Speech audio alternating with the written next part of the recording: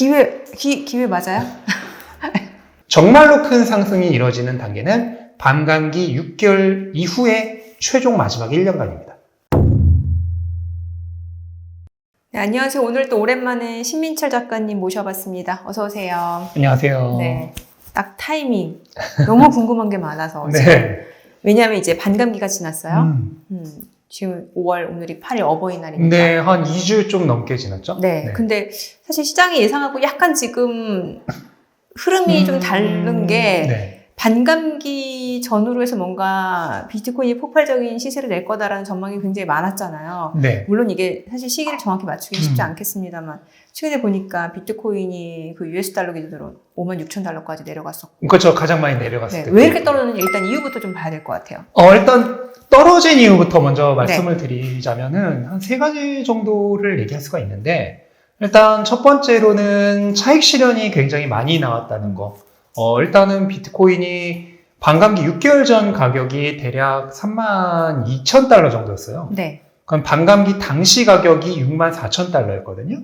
그러니까 거의 반년 동안 2배가 올랐던 거고, 또 그거의 거의 대부분이 최근 3개월 동안 일어난 일입니다. 그러니까 가격이 단기간에 너무 많이 오르다 보니까 전고점 저항 영역인 한 7만 달러 근처부터 대규모의 저항이, 그러니까 차익 실현 매물이 많이 나왔다라고 하는 게 일단 첫 번째가 되겠고, 그 다음에 두 번째는 ETF의 전환들이 좀 있었습니다. 네. 1월 달에 현물 ETF가 승인되고 나서 최초 3개월 동안 자금이 굉장히 많이 들어왔어요. 거의 120억 달러 정도의 자금이 들어왔는데, 이거는 금이나 나스닥 ETF가 최초 상장되었을 때 처음 1년 동안 들어온 금액보다 많습니다. 네. 그러니까 3개월 만에 그 정도가 들어왔으니까 이거는 상당한 양이죠. 근데 그게 언제부터 딱 멈췄냐면은 앞에서 설명드린 전고점 저항 영역인 7만 달러 정도 됐을 때부터 네. 급작스럽게 유입이 다 멈췄어요. 근데 이것도 이유가 한 2가지 정도가 있는데, 하나는 마찬가지로 ETF들도 단기간에 큰 차익을 얻었기 때문에 차익 실현하는 게 하나가 있겠고, 네. 또 두 번째가 이제 중요한 건데요. 현재까지 ETF를 통해 들어온 자금의 90% 이상은 네. 개인 투자자나 아니면 소규모 헤지 펀드로 지금 집계가 되고 있어요. 그러니까 대형 기관 펀드들은 아직 투자를 하지 않은 거죠. 네.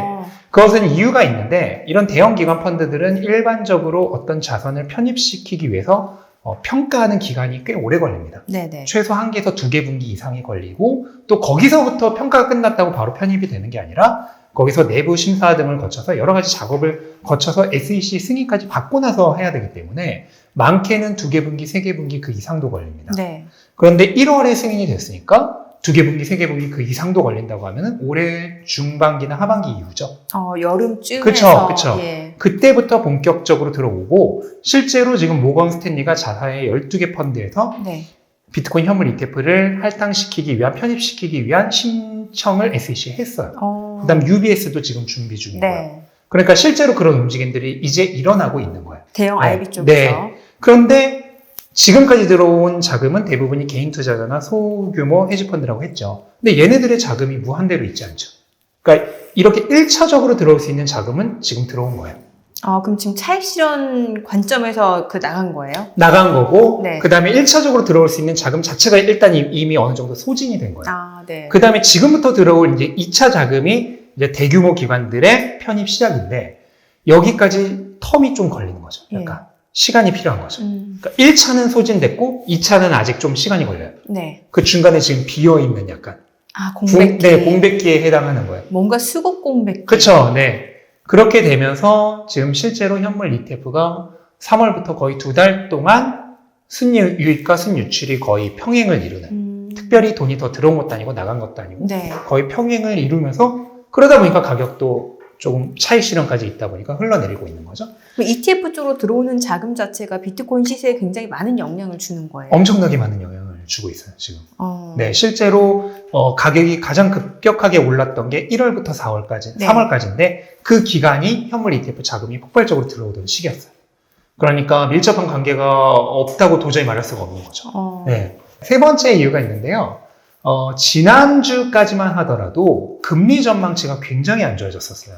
그렇죠. 어쩌면 올해 금리 인상 연준이 한 번도 안 할 수도 있다라는 의견까지 나왔고, 심지어 금리 인상까지도 얘기가 나왔습니다. 그러니까 원래는 올해 제가 저번에 출연했을 때만 해도 올해 3차례 정도 금리 인하를 얘기를 했었는데 3차례가 제로가 된 데에 이어서 오히려 금리 인상할 수도 있다.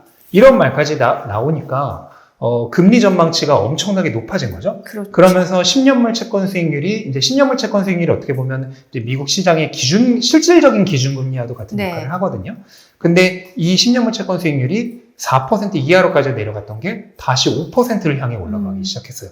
4.7 몇 %까지 아마 올랐었을 거예요. 그러다 최근에 다시 조금 또 떨어지고 그렇죠. 있어요. 네. 그렇게 금리 전망치가 악화되니까 원래는 9월에 금리 인하하고 12월까지 두세 차례 금리 인하를 바라보던 게 지금 금리 인상 얘기까지 나오고 있으니까 그만큼 높아진 금리 전망치를 시장의 가격에 반영을 해야겠죠.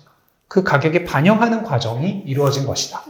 라고 생각을 하시면 되겠습니다. 그래서 이런 복합적인 원인들에 의해서 네. 최근 가격이 좀 안 좋았다라는 거 좀 해석을 할 수 있겠죠. 그럼 지금 말씀해주신 그 세 번째 이유 같은 경우는 이제 금리 인하 불확실성인데 네. 최근에 그 전망치도 조금 수정이 되고 있잖아요.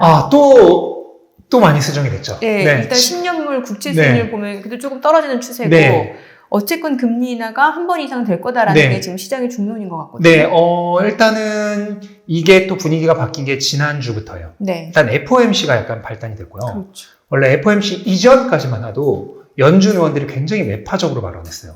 지금이면은 뭐 금리 인하는 택도 없고 일부 의원들은 금리 인상 얘기까지 했거든요. 근데 그렇게 매파적이었던 분위기가 FOMC에서 일단 한번 누그러졌어요. 지난번 FOMC, 최근 FOMC 직전의 그 매파적인 느낌은 많이 사라지고 그렇죠. 지난번 FOMC 정도로 되돌아갔어요. 네. 일단 금리 인상은 조금 배제하고 만약 다음번 움직임이 있다면 금리 인하일 것이다. 인하나 동결일 그쵸? 것이다. 예. 대신 아직은 2% 목표주 금리의 물가에 대한 진전이 부족하기 때문에 데이터를 조금 보면서 결정할 거다라고 좀 어떻게 보면 온건해진 거죠. 굉장히 매파적이었다가 비둘기파까지는 아니더라도 중립적으로 된 거죠. 일단 금리 인상 카드는 생각하지 않는다라는 그렇죠. 거 있으니까. 네. 그러니까 시장 입장에서는 어떻게 보면 매를 맞을 준비를 하고 기압을 바짝 넣어놓은 상태인 거죠. 그래서 그 이전에 리스크 오프로 가격이 많이 떨어졌죠. 근데 막상 맞아보니까 허당인 거예요. 내가 하나도 안 아파. 그러면서 갑자기 그 기분이 좋아진 거죠. 근데 거기에 한방 결정타를 날린 게 있습니다. 고용보고서. 고용보고서가 지난주 금요일 날 발표가 됐는데 이것도 사실 그 이전에 밑밥이 깔려 있었어요. FOMC에서 파월이 했던 말 중에 굉장히 중요한 말이 있는데 고용이 약해지면 물가가 좀 높더라도 금리를 낮출 것이다 라는 밑밥을 던져놨었어요. 그런데 그거 나오고 며칠 후에 바로 고용이 안 좋게 나온 거예요. 그 예측치 대비로 발표치가 너무 낮게 나왔죠. 비농업 고용도 지난달 대비 거의 반토막이 났고 실업률도 올랐고 0.1% 올랐고 임금 상승률도 내렸습니다. 낮아졌어요. 그러니까 모든 게 고용의 3대 요소가 다 안 좋아진 거예요. 그런데 이 앞에 파월이 던져놓은 말이 있는 거죠. 고용이 안 좋으면 물가가 좀 높더라도 금리 내릴 수 있다. 이게 두 개가 완전히 딱 맞물리면서 시장 분위기가 갑자기 확 좋아진 거죠. 그래서 어쩌면 7월 달에 금리 인하할 수도 있다. 이런 그 얘기 나온 것도 여기에 있어요. 또 한 가지 거기에 이유가 있는데 이건 어떻게 보면 약간 음모론일 수 있는데요. 파월이 고용보고서 발표 이틀 전에 그런 말을 했단 말이에요. 그럼 과연 고용보고서 내용 모르고 그 말을 했을까? 알고 하지 않았을까?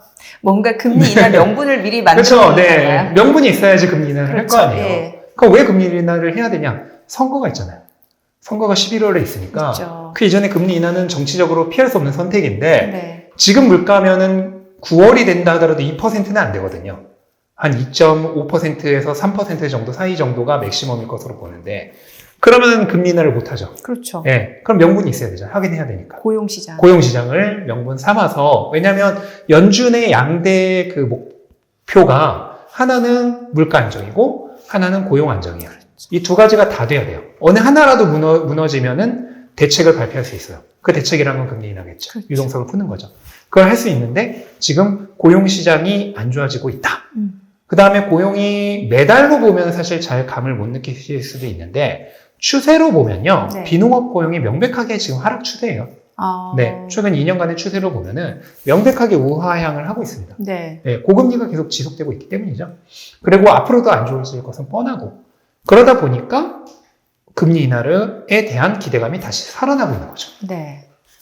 참 그 전까지만 하더라도 고용시장 자체가 뭔가 조금 탄탄하다. 네. 물가는 좀 끈적댄다. 이런 표현이 네. 많이 나왔는데 네. 물가에 대한 기대치는 좀 많이 낮아지고 있는 상황이고 네. 고용시장은 좀 안 좋아지고 있다고 보니까 금리 인하가 조금 생각보다 빨라질 수도 있다.